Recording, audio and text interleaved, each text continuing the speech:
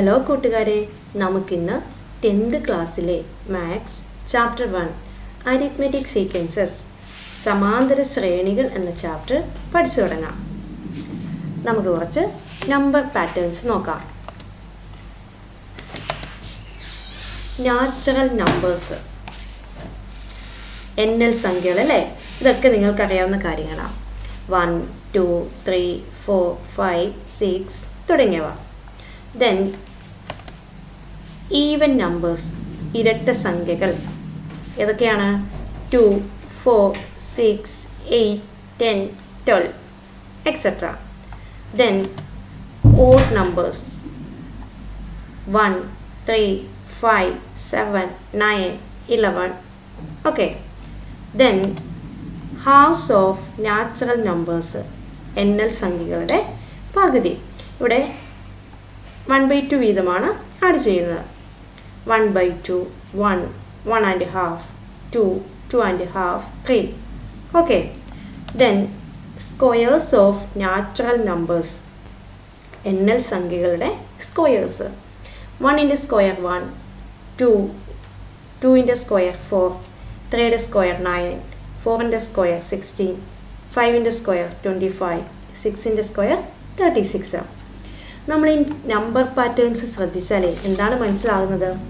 ഈ ഓരോ നമ്പർ പാറ്റേൺസും ഒരു പ്രത്യേക നിയമം അനുസരിച്ച് ക്രമമായി എഴുതിയിരിക്കുന്ന ഒരു കൂട്ടം സംഖ്യകളാണ് അല്ലേ. ഇവിടെ നാച്ചുറൽ നമ്പേഴ്സ് നോക്കുകയാണെങ്കിൽ ഇവിടെ 1 വീതമാണ് ആഡ് ചെയ്തു പോകുന്നത് അല്ലേ. ഈവൻ നമ്പേഴ്സ് 2 വീതം ആഡ് ചെയ്തു പോകുന്നു. അതുപോലെ തന്നെ ഒറ്റ സംഖ്യകൾ നോക്കിയാൽ, അതായത് ഓഡ് നമ്പേഴ്സ് നോക്കിയാലും അത് തന്നെയാണ്. ഇങ്ങനെ ഒരു പ്രത്യേക നിയമം അനുസരിച്ച് ക്രമമായി എഴുതുന്ന ഒരു കൂട്ടം സംഖ്യകൾ. ഇതിനൊരു പേരുണ്ട്. എന്താണ്? നമ്പർ സീക്വൻസസ്, അതായത് സംഖ്യാശ്രേണി. അപ്പോൾ എന്താണ് നമ്പർ സീക്വൻസസ്? ഒരു പ്രത്യേക നിയമം അനുസരിച്ച് ക്രമമായി എഴുതുന്ന ഒരു കൂട്ടം സംഖ്യകൾ. ഓക്കെ.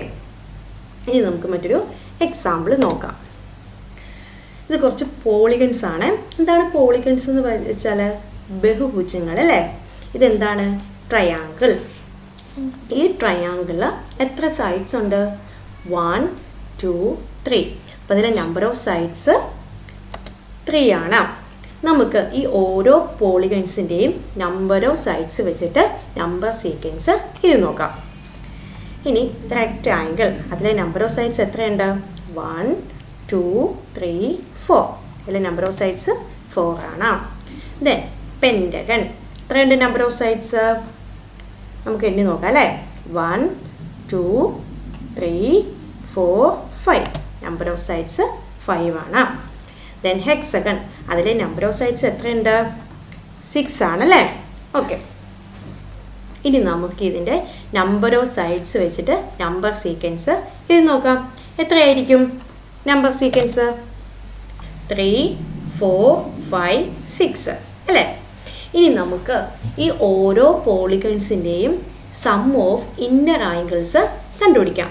എങ്ങനെയാണ് സം ഓഫ് ഇന്നർ ആംഗിൾസ് കണ്ടുപിടിക്കാനുള്ള equation? Sum of inner angles കാണാനുള്ള ഇക്വേഷൻ ആണ് എന്ത്?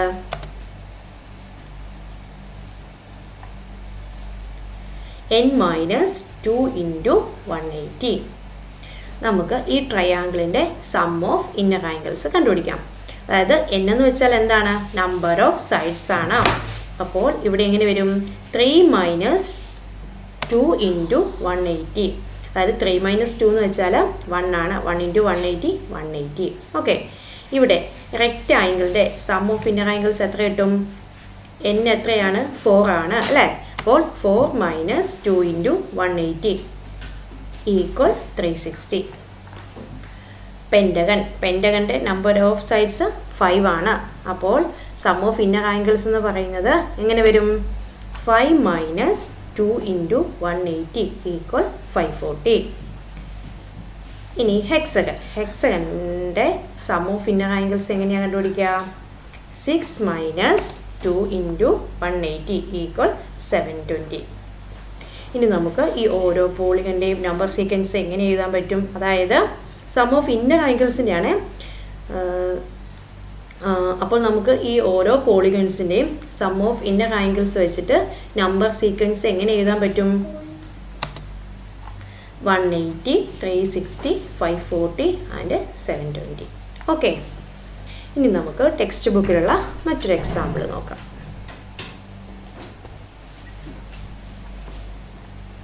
ഇതൊരു ട്രയാങ്കിൾ ആണ്.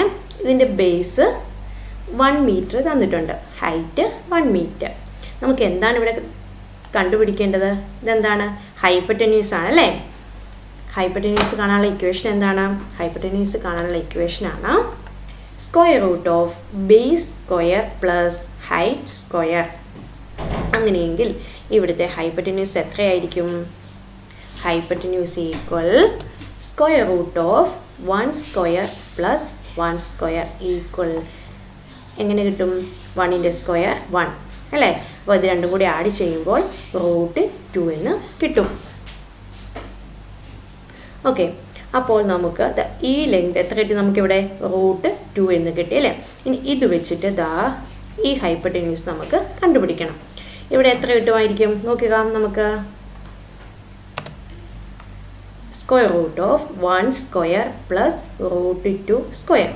1ൻ്റെ സ്ക്വയർ 1, √2ൻ്റെ സ്ക്വയർ 2 ആണ്. അപ്പോൾ ഇത് രണ്ടും കൂടി ആഡ് ചെയ്യുമ്പോൾ നമുക്ക് √3 എന്ന് കിട്ടും.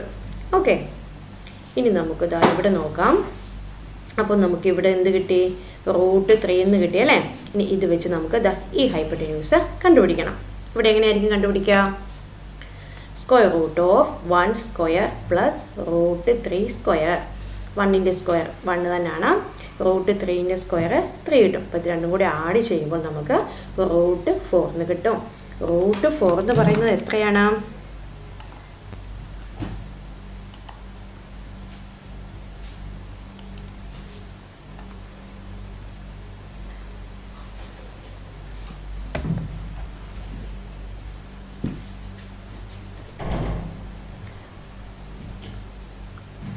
√4 ഈക്വൽ എത്ര കിട്ടും നമുക്ക്?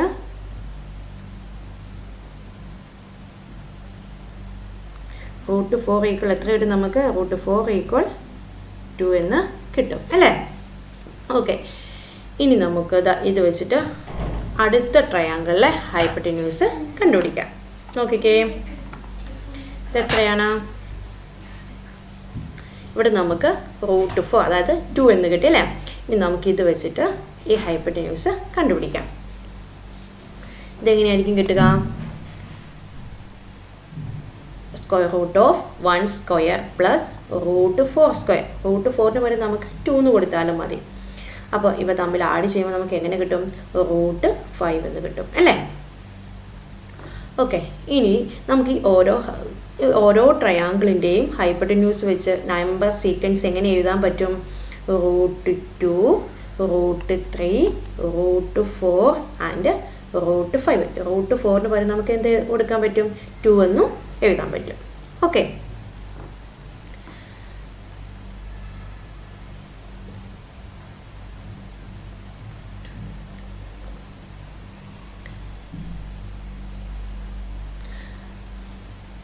നമ്പർ സീക്വൻസിനെ പലതരത്തിൽ എക്സ്പ്ലെയിൻ ചെയ്യാൻ പറ്റും. അതിനൊരു എക്സാമ്പിൾ നോക്കാം. 1, 11, 21, 31, 41 എക്സെട്ര. ഇതെല്ലാം 1ൽ അവസാനിക്കുന്ന നാച്ചുറൽ നമ്പേഴ്സാണ് അല്ലേ? ഇതിനെ നമുക്ക് 10 കൊണ്ട് ഡിവൈഡ് ചെയ്താൽ 1 റിമൈൻഡർ കിട്ടുന്ന നാച്ചുറൽ നമ്പേഴ്സ് ആണെന്നും പറയാൻ പറ്റും. ഓക്കെ, അപ്പോൾ ഇത്രയും കാര്യങ്ങളാണ് നമുക്ക് ഈ ക്ലാസ്സിൽ പഠിക്കാനുള്ളത്. ഇനി നമുക്കിതുമായി ബന്ധപ്പെട്ട പ്രോബ്ലംസ് അടുത്ത ക്ലാസ്സിൽ ചെയ്യാം. Okay, thank you.